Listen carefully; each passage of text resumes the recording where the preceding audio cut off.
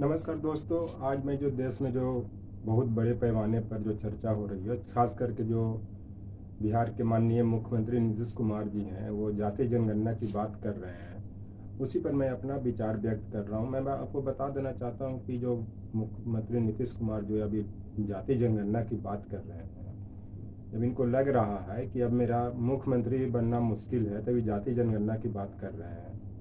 और अगर ये सोच रहे हैं कि इस इशू को उठा करके मैं भारत का प्रधानमंत्री बन जाऊंगा, पूरे भारत के ओबीसी, एससी, एसटी और माइनॉरिटी को एकजुट कर लूंगा, तो ये संभव नहीं है। पहली चीज़ तो एक चीज़ मैं बता देता हूँ कि एक बिहार में कहावत है कि चौबे चल छक्के बनने बन गए दुबके। अभी मेरा कहने का मतलब कि अभी ये प्रधानमंत्री बनने के ख्वाब देख रहे हैं।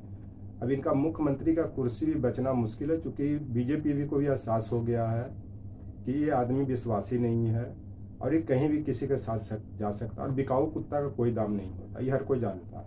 क्योंकि एक अमित शाह जी को भी, तो मोदी जी को भी पता है कि ये आदमी कब कहाँ किस तरह से पलड़ा अपना बदल लेगा, किसके साथ चोला बदल लेगा, कोई पता नहीं है। इस कारण आज के डेट में एक आदमी का विश्वास होता है, खुददारी होती है और डू एंड डाई का रिलेशन होता है, तो सबको पता है। इस चलते ये अभी ख्वाब भूल जाए कि मैं मतलब कि मुख्यमंत्री के पद पर बना रहा हूँ या फिर प्रधानमंत्री बनने के ख्वाब देख रहे हैं, ये भूल जाए। क्योंकि इनको इसी कारण ही कभी कभी बोलते हैं कि मुझे राज्यसभा में जाना चाहिए, कभी उपराष्ट्रपति बनना चाहिए, कभी राष्ट्रपति के ख्वाब देखते हैं, लेकिन इनका कोई ख्वाब पूरा होने वाला नहीं है। क्योंकि बहुत आगे बढ़ने के लिए 50 से 100 आदमी विश्वासी और सभी जाति सभी संप्रदाय का होना चाहिए और डू एंड डाई का रिलेशन होना चाहिए। दूसरी चीज़ की जो आज जाति जनगणना की बात हो रही है, तो जाति जनगणना करवाने में क्या दिक्कत है? क्योंकि पूरे देश की हर जाति की मांग, उनको पता चले किनकी कितनी जातियां हैं, कितनी जनसंख्या है, ये सब पता चले। दूसरी चीज़ की आज जो रिजर्वेशन दिया जा रहा है ओबीसी, एससी, एसटी को 1931 की जनगणना को आधार बना करके दिया गया है, जो 27% और जो 22.5% की बात की गई है। दूसरी चीज़ की आपने जो ईडब्ल्यूएस जो रिजर्वेशन दिया है, वो जो 2019 इलेक्शन के पहले, तो उसमें तो आपने अभी तो 2021 का जनगणना भी नहीं हुआ। अगर 1931 के जनगणना से आप रिजर्वेशन भी देंगे तो उनका 1% से ज़्यादा नहीं आएगा। अब क्या आधार है कि आपने उनको 10% रिजर्वेशन दिया ईडब्ल्यूएस को? अब इसमें एक चीज़ और है कि आपने तो संविधान का अतिक्रमण भी किया है, संविधान का उल्लंघन भी किया, क्योंकि संविधान में सामाजिक शैक्षणिक पिछड़ेपन की बात की जाती है और आपने आर्थिक आधार पर दिया। तो इस तरह से जो राहुल गांधी पर जो लोग आरोप लगाते हैं कि किंगडम है, किंगडम का मतलब राजतंत्र करे, तो राजतंत्र है। आपने न संविधान को समझ रहे हैं, न देश की शासन व्यवस्था को समझ रहे हैं, न कानून व्यवस्था को समझ रहे हैं, न डेमोक्रेसी को समझ रहे हैं। जो मन में आ रहा है से कर रहे, सब राजतंत्र का ही लक्षण है। और आगे मैं यह बताना चाहता हूँ कि जो देश की जो मात्र 10 से 15% जो पॉपुलेशन बता रहे हैं आज के डेट में, अगर 1931 के जनगणना से देखा जाए तो इन लोग का पॉपुलेशन 5 से 10%। मान लीजिए 10 से 15% इन लोग का जनसंख्या भी जो सवर्ण का है या पर कास्ट का है या पर क्लास का है, वो तो 90% संसाधनों पर कब्जा किए हुए। आप देख लीजिए राज्यसभा में कौन सबसे ज़्यादा एमपी हैं, ब्यूरोक्रेट कौन है, इकोनॉमिक एडवाइजर कौन है, बिजनेसमैन कौन है, करप्शन कौन कर रहे हैं। और इन लोग का दिमाग इतना शातिर है कि करप्शन करने के बाद भी लोग पकड़े नहीं जाते हैं और बलि का बकरा ओबीसी, एससी, एसटी और माइनॉरिटी को बनाया जाता है। आप इसी से अंदाज लगा सकते हैं कि देश में क्या हो रहा है, नहीं हो रहा। जाति जनगणना की मांग आज नहीं है और ये बहुत पहले से चली आ रही है। और जब ब्रिटिश काल में जाति जनगणना करवाने में कोई दिक्कत नहीं हुई, तो आज तो भारत स्वतंत्र है, स्वतंत्र भारत में अपनी सत्ता है, तो आज क्या दिक्कत हो रही है? खास करके ये दबाया जा रहा है, छिपाया जा रहा है, ताकि ओबीसी, एससी, एसटी का जो आरक्षण है वो 90% से एक्सीड नहीं कर जाए, मैंने आगे नहीं बढ़ जाए, अभी बढ़ जाएगा, मैं दावा के साथ कहता हूँ। या तो फिर ये लोग का ये उद्देश्य है कि इनका जो आरक्षण है उसको ख़त्म किया जाए, क्योंकि 10% ईडब्ल्यूएस लाने से 70%, 50 से 60% हो गया। फिर मान लिया ये ओबीसी, एससी, एसटी का अगर जाति आधारित, अगर मान लीजिए जनसंख्या के आधार पर जाति आधारित आरक्षण दी जाती है, तो इसमें भी इन लोगों का 85 से 90% जा सकता है। ये सब खत्म करने की बात है।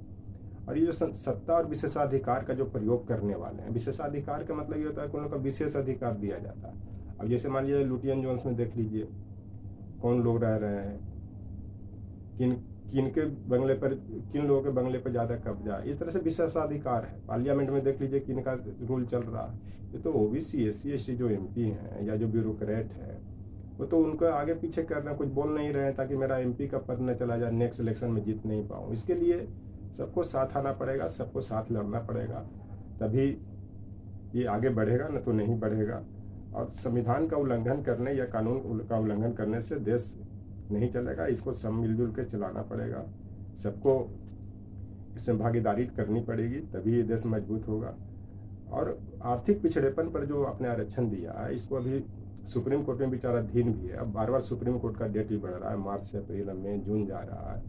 इसको भी कहीं न कहीं गलत है, तब आप लोग इनको दबाने का प्रयास कर रहे हैं। चूँकि सुप्रीम कोर्ट में भी किनका ज़्यादा पकड़ है, कौन लोग हैं कि आज भी इंडियन जुडिशियरी जो है 150 से 200 घरों के बीच घूम रहा है, वो सब अपर कास्ट या अपर क्लास के लोगों की हैं। जो रिजर्वेशन, जिनके जरिए आपने रिजर्वेशन जो 10% दिया है या जिनके सहयोग से दिया है, चूँकि सब मिली भगत से होती है, तो इस ख़त्म करना भी मुश्किल है। अब इतना आसानी से भी नहीं होगी, लेकिन ख़त्म होगी। ये चलते जो जाति जनगणना है उसमें होनी चाहिए और सबको पता चलना चाहिए किसकी कितनी जाति है। और उस समय रामन और लोहिया ने भी कहा था कि संसोपा का ये नारा है, पिछड़ा मांगे 100 में 60। लेकिन आज मैं कहता हूँ कि अनूप का ये नारा है, पिछड़ा मांगे 100 में 90।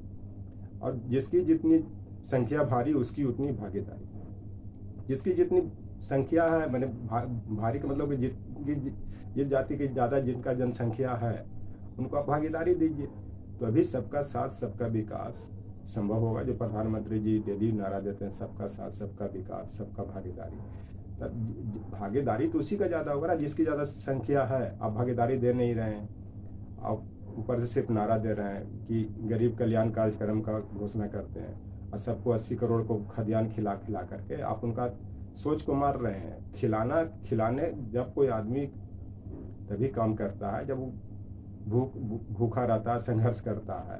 संघर्ष करने के बाद उसको दिमाग चलता है। अब तो आराम से उसको खिला, जानबूझ के आप लोग कर रहे हैं, इसको खिला करके तो सोच को मार दिया जाए, बुद्धि को मार दिया जाए, ताकि इन लोग सोचे नहीं, आगे लड़े नहीं।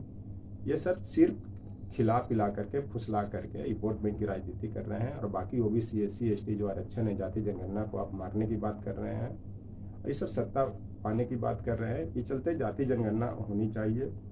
और जब OBC आरक्षण मिला था तो 15-20 साल तक तो पता ही नहीं चला कि किसको आरक्षण मिला ही नहीं। ऐसे भी है कि जब कोई कानून बनता है तो कुछ पढ़े लिखे लोग ही जानते हैं। इसी पर एक शेर भी कहा गया था, मेरे दिले तबाह का आलम न देखिए, एक फूल था जो खिलते हुए मुरझा गए। कहने का मतलब जो OBC लोगों को आरक्षण देने की बात आई, चाहे विश्वविद्यालय में चाहे नौकरी में, तो आप लोगों ने इतना झमेला लगा दिया 2019 आते कि EWS ला दिया ताकि इन लोग का आरक्षण ही खत्म हो जाए। SC ST को भी जो आरक्षण दिया गया तो बहुत लोग अभी तक पता नहीं चला। आज ही मंत्रालय में या कहीं भी ब्यूरोक्रेट के देख लीजिए, कम से कम आपको 30 से 40% जो SC ST के फर्जी जाति प्रमाण पत्र बनवा करके नौकरी कर रहे हैं और उन पर कोई सुनवाई नहीं, क्योंकि ऊपर से नीचे तक सब उन्हीं लोग हैं। तो 10 से 20% तो ये लोग इसी कब्जा किए हुए ब्यूरोक्रेट बन करके तो लोग आएंगे कहाँ से। तो इस चलते जाति जनगणना होनी चाहिए और ये पता चलना चाहिए कि किस जाति की कितनी संख्या है। वो तो रिजर्वेशन की बात है, कम से कम ये तो सच्चाई पता चले कि किसकी कितनी संख्या है, किस जाति के कितने क्षेत्र में भागीदारी है, कितने लोग नौकरी कर रहे हैं, किस नौकरी में है, क्या स्थिति है। अगर सब OBC SC ST या माइनॉरिटी की नौकरी मिल जाते तो आज 90% से 100% तक स्वीपर नहीं होते, जो डेली जो नाली साफ करने में, नाला साफ करने में मरते हैं। कौन है, किन्हीं से छिपा हुआ नहीं है। इन लोगों इस चलते आप लोग इसको चापने का प्रयास नहीं करें। और नीतीश कुमार सिर्फ ये दिखावा नहीं दिखाएं कि मैं जाति जनगणना की बात करें। अगर इनको जाति जनगणना की बात करनी है तो BJP से पहले अपना रिश्ता तोड़े, रोड पे आए, जनता के बीच में आए। क्यों नहीं देश के जनता इनको प्रधानमंत्री बनाएंगे, लेकिन आप तो सेक्रीफाइस करने की तो सब क्षमता रखिए।